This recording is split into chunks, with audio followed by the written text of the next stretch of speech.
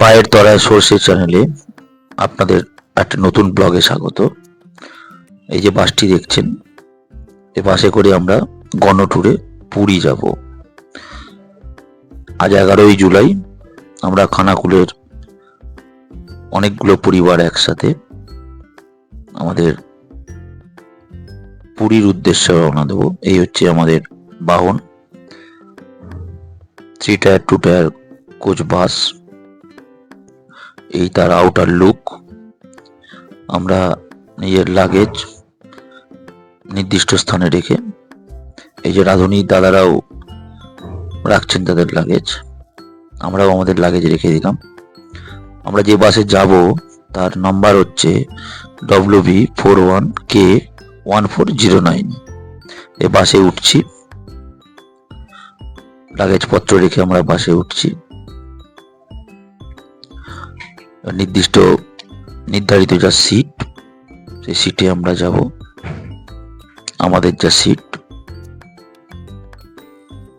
একটা পেট্রোল পাম্পে দাঁড়িয়েছিল, আমাদের স্থানীয় পেট্রোল পাম্প। এইটা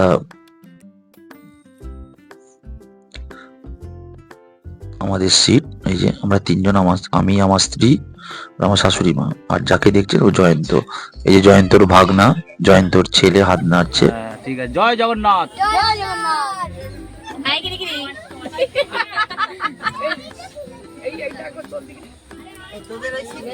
আমাদের এই যে মামা উঠবি না? এটা বাসের ইন্টেরিয়ার, এটা ড্রাইভার সিট এবং এখানে 4 জনের সিটিং ক্যাপাসিটি আছে। তারপরেই এটা হচ্ছে 2 জনের বসার ক্যাপাসিটি। উপরেও তাই, 2 জনের বসার ক্যাপাসিটি। আর এইটা হচ্ছে সিঁড়ি। এই যে এটা দিয়ে মেন সিঁড়ি ওঠা যাবে। আমার ডান দিকের উপর এবং নিচ দুটোই 2 টায়ার এবং বাঁ দিকের উপর নিচ দুটোই 3 টায়ার। আমরা 3 টায়ার নিয়েছিলাম যেহেতু আমরা 3 জন আছি। এই যে দাদা হাত নাড়ছে। এই যে এটা আমাদের সিট 3 জনের। আর ঠিক ডান দিকে 2 জনের seat. Charging socket, light, night lamp সব আছে। অত্যাধুনিক যা যা ইকুইপমেন্ট থাকার দরকার তাই আছে। একদম পেছনের দিকে আসছে, যে আমাদের এলাকার সব, এটা পেছনের দিকে আছে।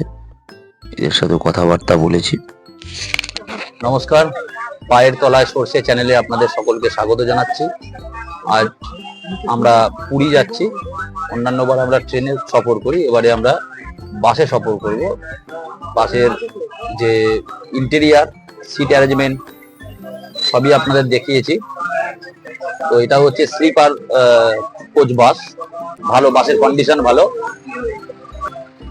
তো গোটা পুরী সিরিজটা আপনাদের কাছে এক্সপ্লোর করব। পুরীতে আমরা কি করছি, কোথায় থাকছি, কি খাচ্ছি, টোটালটাই আপনাদের সাথে শেয়ার করব। ধন্যবাদ। হ্যালো, আজকে 11ই জুলাই 2025 শুক্রবার। আমরা পুরীর উদ্দেশ্যে বেরিয়ে পড়েছি। আমরা এখন যাচ্ছি পুরী জগন্নাথ। জয় জগন্নাথ। জয়ন্তর বাড়ি থেকে আনা চাল ভাজা খেতে খেতে, অনেক গল্প, অনেক আনন্দ করতে করতে আমরা এগিয়ে চলেছি উদয়নাপুরের দিকে। এখন আমরা এসে পৌঁছালাম মায়াপুর। গাড়ি যাচ্ছে। এই যে রাত্রি 8:30 বাজে, ঘড়ি বলছে। আমার গিন্নি গাজর পরিষ্কার করছে, তারপর শসা, তারপরে পেঁয়াজ, তারপরে কাঁচা লঙ্কা, তার সাথে মুড়ি। শসা, গাজর, কাঁচা লঙ্কা, পেঁয়াজ, মুড়ি। জয়ন্ত আবার এগুলো ধুয়ে দিচ্ছে। দেখুন, মুড়ির সাথে আমার সব থেকে যেটা প্রিয় জিনিস, এটা হচ্ছে আমার চানাচুর। আর তার সাথে আছে জয়ন্তর বাড়ির আলু ভাজা। এইটা দিয়েই আজকে 11ই জুলাই আমি ডিনার করেছিলাম। আমি শুধু নয়, আমি, আমার স্ত্রী, জয়ন্ত, তারপরে জয়ন্তর স্ত্রী, জয়ন্তর মা, জয়ন্তর ছেলে, জয়ন্তর ভাগনা, সবাই করেছিল। আমরা এখন প্রথম হল্ট হলো কোলাঘাট। আমাদের প্রথম হল্ট হলো কোলাঘাট। এই দেখুন বিভিন্ন বাস পার্টিরা কীভাবে রান্না করছে। যদি আমাদের ওই সিস্টেম ছিল না, আমরা ওই প্রথম দিন নিজেদের খাবারই আমরা এনেছি। আর আমাদেরই কিছুজন ওই ধাবাতে ঢুকে নিজের খাবার বা অর্ডার দিয়ে খাবার খাচ্ছেন। আমরাও চা খেলাম। জয়ন্ত নে।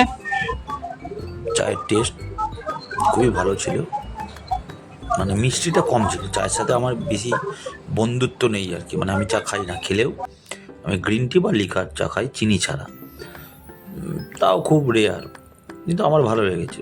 মিষ্টিটা আধিক্য কম ছিল বলে। আবার চা খেয়ে গাড়ি চলা শুরু হলো কোনারকের উদ্দেশ্যে। আমার একটা বদ অভ্যাস আছে, ট্রেন বা বাস আমি কোথাও ঘুমোই না, সারা রাত জেগে থাকি।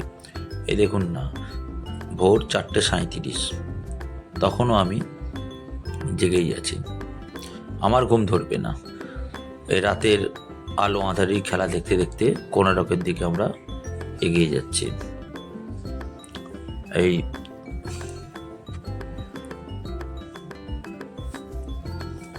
দেখেছেন স্পিড বাসের, খুব বেশি নয়, 60 থেকে 65।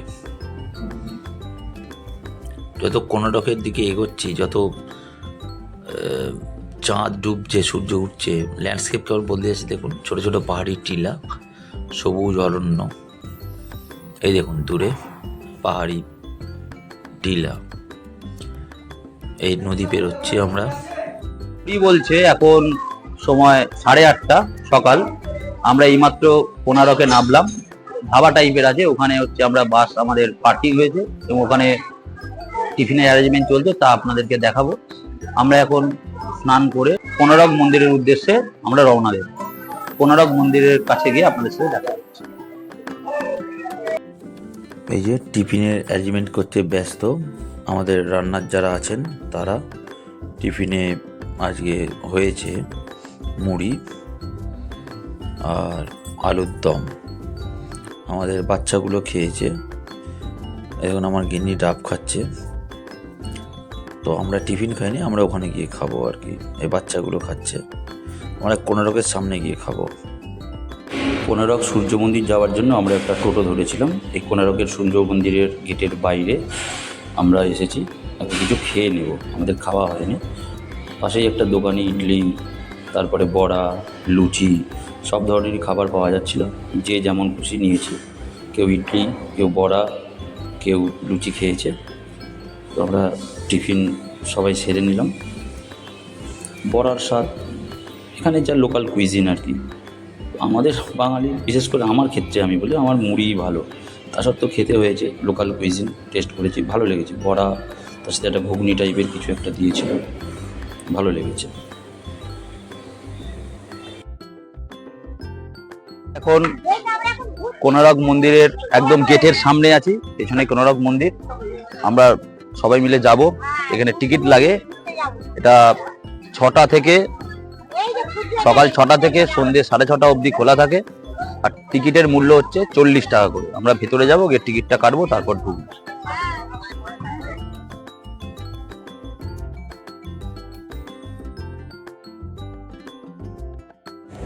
গেটে ঢুকতেই ওখানকার একজন লোকাল গাইড আমাদের ধরলেন। উনি ওনার কার্ড দেখালেন।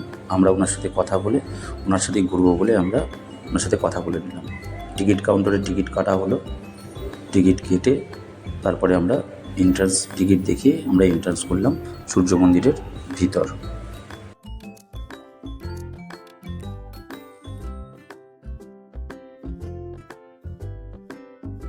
কোনারক মন্দিরের সামনে আছি। গাইড দাদা আছেন জন্মেজয় বেহরাজি, উনি আমাদের গোটাটা ঘুরিয়ে দেখাবেন। আসুন আমার সঙ্গে। জন্মেজয় বাবু যেটা বোঝালেন, প্রথমের মন্দিরটা যে নাট মন্দির, নাট মন্দিরের সামনেই একটি স্থাপত্য আছে, যার নিচে মানুষ, ওপরে হাতি, তার উপরে সিংহ। সিংহ হচ্ছে শক্তির প্রতীক, হাতি হচ্ছে অর্থের প্রতীক। শক্তি এবং অর্থ এক হলে মানুষ অহংকার হয়, তখনই তার পতন হয়। এই নাট মন্দিরের উচ্চতা ছিল 55 ফুট, যেটা এখন 24 ফুটে দাঁড়িয়েছে। তার পেছনের মন্দিরটা জগমোহন, যার উচ্চতা 155 ফুট। তার গায়ে বিভিন্ন তৎকালীন ভারতবর্ষের সমাজ, অর্থনীতি, বাণিজ্য, সামাজিক অবস্থান, কালচার সবটাই ধরা আছে এবং তার সাথে সাথে নির্ভুলভাবে সময়ের গণনা করা হয়। এখনও এই মন্দিরের স্থাপত্যের উপরে, চাকার উপরে যখন সূর্যের আলো পড়ে, সেই সূর্যের আলোর অবস্থান দেখে সময় নির্ধারিত হয়। যেমন আমাদের গাইড দাদা জন্মেজয়বাবু আমাদেরকে নির্ভুলভাবে তা করে দেখালেন এবং আমরা ঘড়ি মিলিয়ে দেখলাম যে না, একদম সঠিক সময় নিরূপণ করা যায় এই কোণারকের সূর্য মন্দিরের চাকার উপর অবস্থান, সূর্যের আলোর অবস্থান দেখে। ভাবুন, এখন কত টেকনোলজি বেরিয়েছে, স্মার্ট ওয়াচ বেরিয়েছে, আর কত বছর আগে আমাদের ভারতবর্ষের মানুষরা নির্ভুলভাবে সূর্যের আলোকে সামনে রেখে এটা নির্মাণ করেছিল। ভারতবর্ষ কত এগিয়ে ছিল। এখানে দেবদাসী প্রথা ছিল, তারও উল্লেখ আছে বিভিন্ন গায়ে। নাট মন্দিরেই দেবদাসীরা নাচ করতেন ভগবানের উদ্দেশ্যে। আর এই যে মন্দিরটায় আমরা যাচ্ছি, পেছনের মন্দিরটা, এটাই হচ্ছে গর্ভগৃহ, যার উচ্চতা ছিল 230 ফুট, যেটা এখন ভেঙে গেছে। গর্ভগৃহ, এই যে গর্ভগৃহ, এখানে ঢুকতে দেয় না, তালা দেওয়া আছে। এটাই ছিল গর্ভগৃহ। শোনা যায় কালা পাহাড় এটাকে ভেঙে দিয়েছিল। সূর্য মন্দির দেখার পরে আমরা ফিরে আসি আমাদের অবস্থানে। যে সবাই আইসক্রিম খাচ্ছে, গরম লেগেছে বলে, প্রচণ্ড রোদ তো। এরপরে আমরা কোণারক থেকে পুরীর উদ্দেশ্যে বাসে চেপে রওনা দিই। চন্দ্রভাগা সমুদ্র বিচ হয়ে আমরা পুরী পৌঁছাই। আমরা আমাদের হোটেলের কাছে চলে এসেছি, হোটেল মণিরাজ। এই যে মিত্র ক্যাফে আছে, মিত্র ক্যাফের পাশ দিয়ে যে লেনটা এসেছে, এখান থেকে একটু হেঁটে 2-3 মিনিট এলেই হোটেল মণিরাজ। হোটেলটা খুব পরিষ্কার পরিচ্ছন্ন এবং সুন্দর। এটা হচ্ছে হোটেলের এন্ট্রান্স, আমরা ঢুকছি। আমরা 2nd ফ্লোরে ছিলাম, আপনাদের রুম টুরটা আরও দেখাচ্ছি। আমরা 204 নম্বর রুমে ছিলাম। গেট খুলেই ডান দিকে হচ্ছে বেড, কিং সাইজ বেড, বাঁদিকে সোফা রাখা আছে, চেয়ার আছে, এদিকে একটা জানলা আছে, এর পেছনে টিভি, এদিকে একটা সাইড টেবিল, আয়না দেওয়া আছে। আর এই জানলার এই বেডের পিছনেও জানলা আছে। বললাম কিং সাইজ বেড, বড় বেড। আর এদিকে এসি নেওয়া আছে, কারণ আমরা এসি রুমই নিয়েছিলাম। আর এইদিকে একটা আপনার আলমারি আছে, আলমারির ভেতরে আপনার গায়ে দেওয়ার যে র্যাকগুলো হয়, কম্বলগুলো হয়, সেগুলো রাখা আছে। 2টো রাখা আছে, উপরে একটা, নিচে একটা।